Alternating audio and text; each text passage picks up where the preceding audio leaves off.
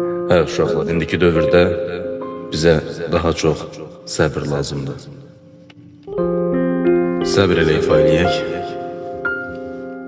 Həyatın çox çətin anları var, yolunun eniş yoxuşları var, soyuğu vuranlarda qarı var, hər qışın sonda bir baharı var.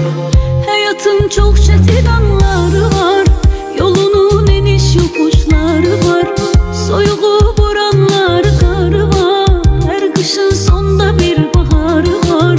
Sevgidir nurlu ümit yolumuz, dikanlı olsa da sağ solumuz. Hayat oyunundaki rolumuz, kavuşan iki aşık sonumuz. Birazca səbrelə canım mənim, qarşıda sənlə gözəl günlərim.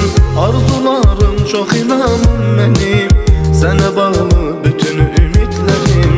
Birazca sabreyle canım benim, karşıda senle güzel günlerim.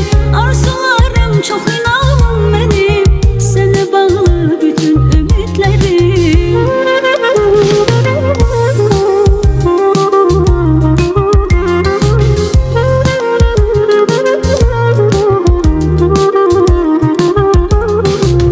Belədir qış dalınca yaz olar, pis günün ömrü dediler az olar.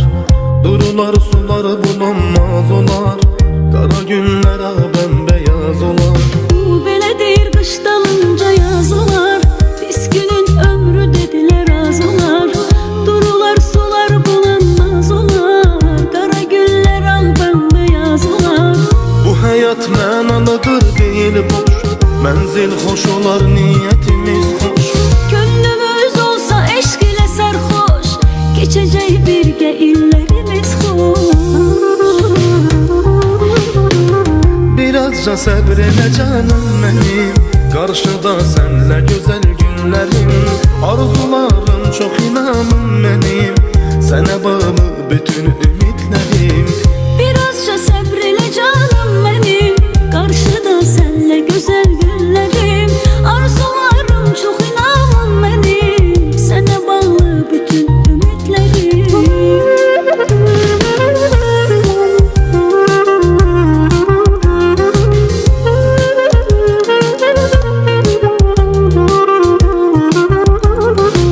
Gün gələr bu dərdlər bitər gedər, səbr elə yarım mənim səbr elə.